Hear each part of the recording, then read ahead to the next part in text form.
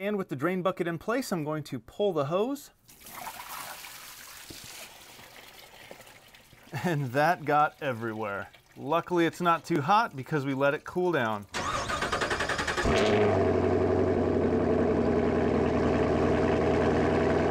My wife's 2005 GMC Envoy has a problem. Recently, we were out on a drive and all of a sudden we got a check engine light.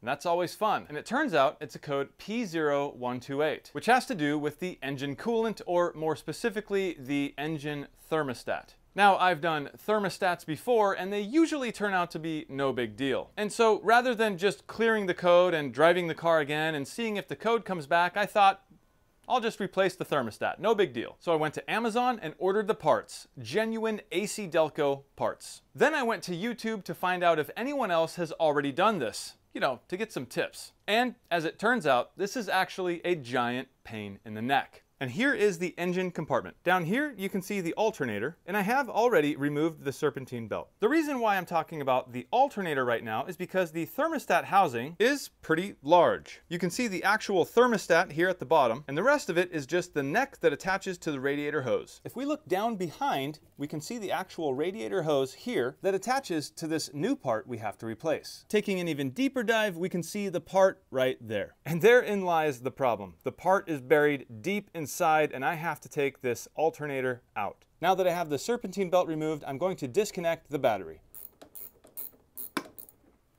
In order to remove this alternator, I removed this bolt holding this air conditioning hose. This allows it to be flexible so I can move it to get at the bolts holding the alternator in. I have already loosened the bolts and now I'm using two 3-inch extensions with my 15mm to remove it the rest of the way by hand.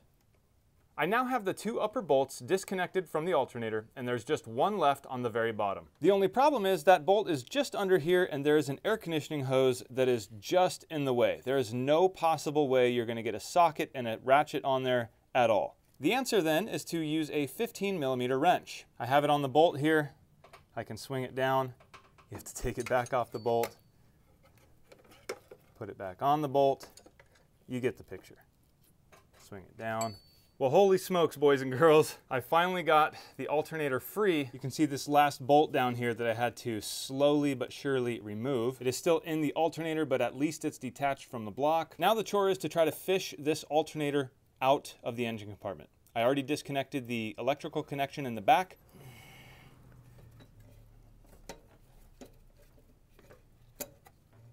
So what I'm finding now is this bracket is in the way. The alternator cannot be removed without at least loosening this bracket. I now have these bolts loosened and I realized that the only way to get the alternator out is with this completely out of the way.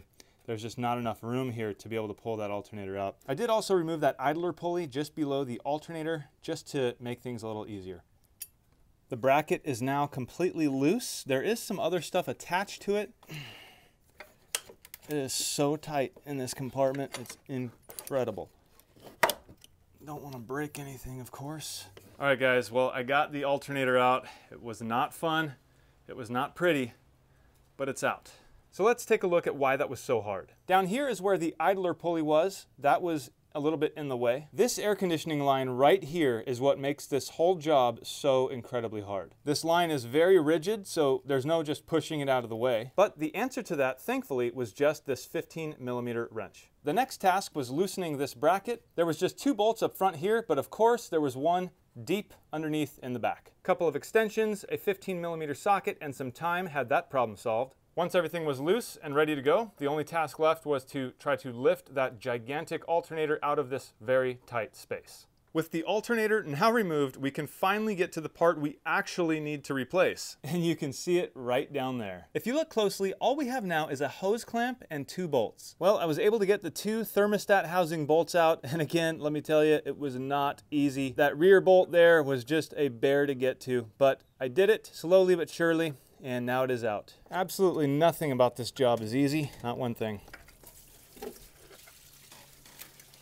This thermostat and housing does include its own O-ring. Okay, so there we have it. The new thermostat housing is installed. I do not know the torque specs, so all I did was just tighten it down pretty tight Nothing too crazy. I didn't want to break any bolts off or anything, and I know all we're trying to do is pinch that O-ring enough. So I got it nice and snug and maybe put another half turn on it. I then went back and forth to each bolt just to make sure that each one was equally snug. The only thing left to do now is to reattach the radiator hose there and put everything back together. The serpentine belt is on, all the brackets are tight, and the only thing I have left to do is refill the lost coolant. The only downside is the drained coolant is actually pink. This is a GM product. As we all know, it takes DexCool, which is usually orange. I do have this O'Reilly DexCool compatible antifreeze, but I'm afraid it's not gonna work. This presents me with a problem because obviously I wanna use what the factory recommends, which is the orange DexCool. But through the little bit of research I've been doing online, apparently there is an HOAT product, a hybrid organic acid technology that I guess is a lot better than the OAT, the organic acid technology, which is DexCool. So the only thing that really makes sense to me is that at some point somebody flushed the system with the hybrid organic acid technology, the pink stuff. And rather than having to flush the entire system to replace it all with DexCool, the orange stuff,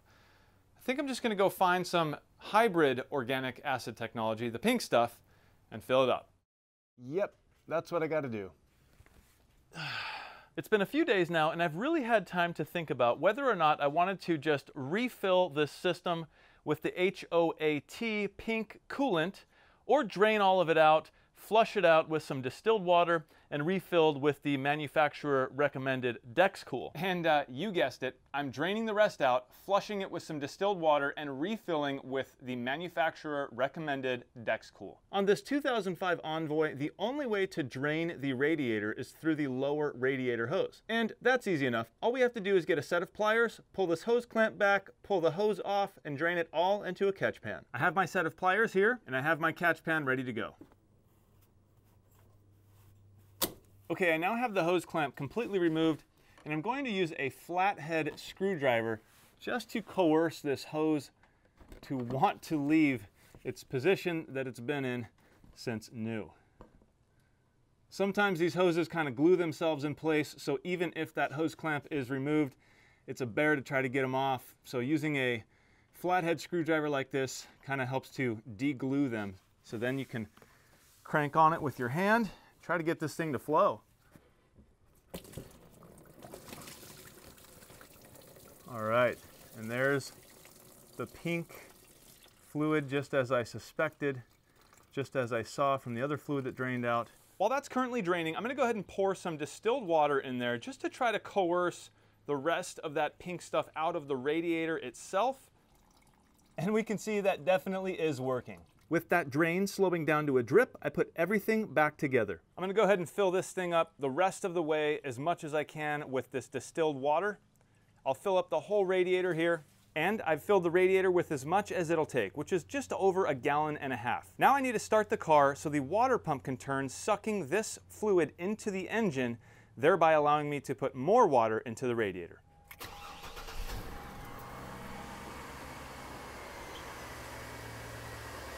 Okay, I can now see that I can add more water, and that's what I'm gonna do. And that's about all she's gonna take at the moment. We do need to wait for the thermostat to open up. Once that thermostat opens up, the coolant will be able to flow inside the engine, and that'll allow me to pour more water into this radiator. And I believe that thermostat is a 195-degree thermostat, so once it reaches that temperature, it should open up. Okay, even with the motor running for a long time, being up to temperature, and having the heater on full blast, it is baking hot in this car. I wasn't able to add very much more water to the system. So now I'll shut it off and let it cool down. Hopefully you can tell here, but this is that pink fluid that came out of the Envoy.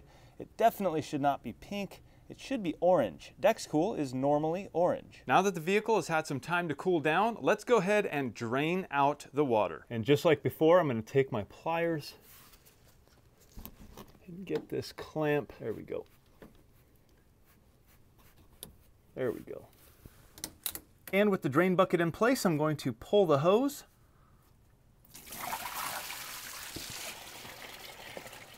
And that got everywhere. Luckily it's not too hot because we let it cool down. Okay, now that most of this fluid is flushed, I did my initial drain, I filled it up with distilled water, ran it up to temperature, turned the heater on, turned it off, let it cool down, and then drained it all out again. We are now ready to fill it back up with DexCool. And yes, this stuff is definitely orange. We are now pretty much full without the engine running. Time to start it up. Okay, cap is on, engine's running. And we are up to temperature. I think we have another successful repair on our hands. I replaced the thermostat, found out that the coolant within this engine wasn't the proper color, so I did a full system flush and refilled with the proper Dexcool. Everything seems to be working properly. We have no leaks, which is good. All right, friends, well, I am Jimmy. This channel is one road. And if you enjoyed this content, please don't forget to hit that thumbs up and subscribe if you're not already. Also, there's a little bell icon. If you want to hit that, you'll be notified every time I upload a video. That'll do it for me today. So until next time, I will see you in the next one.